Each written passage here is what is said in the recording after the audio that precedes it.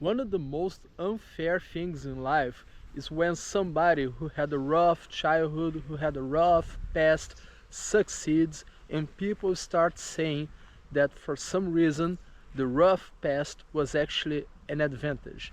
And that just pisses me off, because whenever you see a successful person who has struggled a lot, who has overcome traumas, overcome abandonment, overcome poverty, for every one successful person with this background, there are thousands of others who are just crushed, who just failed, who just couldn't survive, who couldn't have enough strength to go out there, fight, and overcome.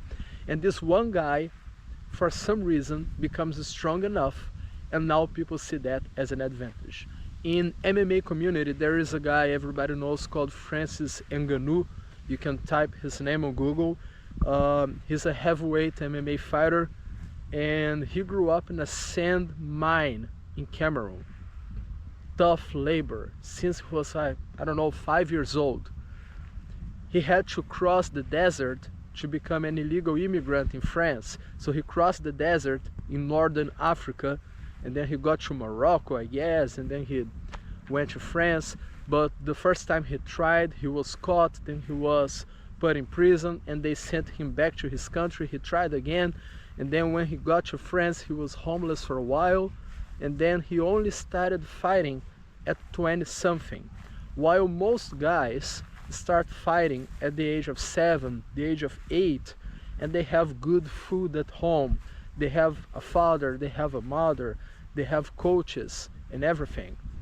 And then Francis, against all the odds, he didn't really have too much of education. He didn't really have too much food growing up. He had forced labor his entire life. And then he finds a way of succeeding, becoming a champion, becoming a great man.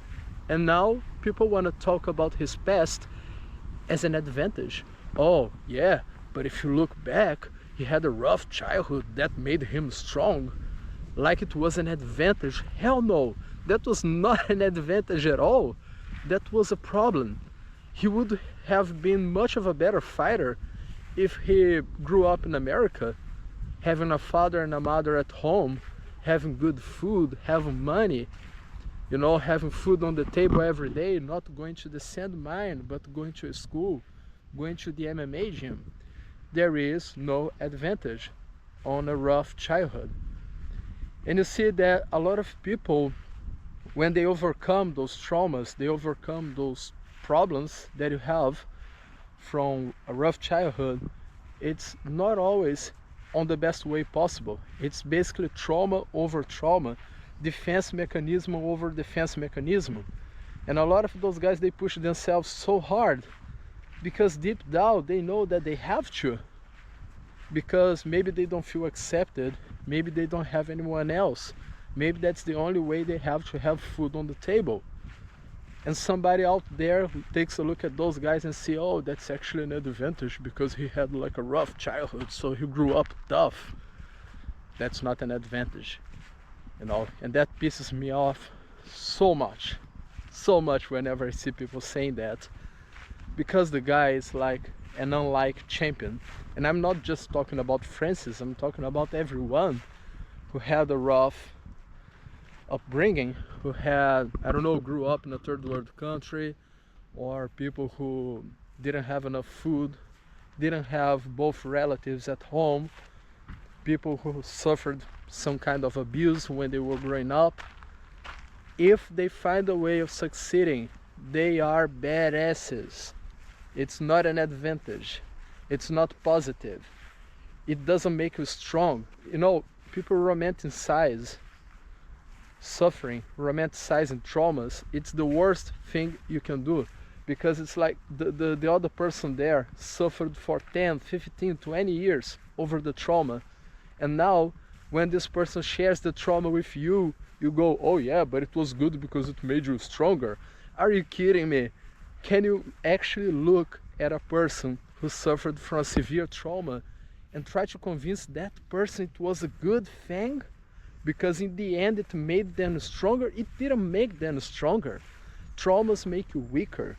traumas make you traumatized. Traumas destroy your life.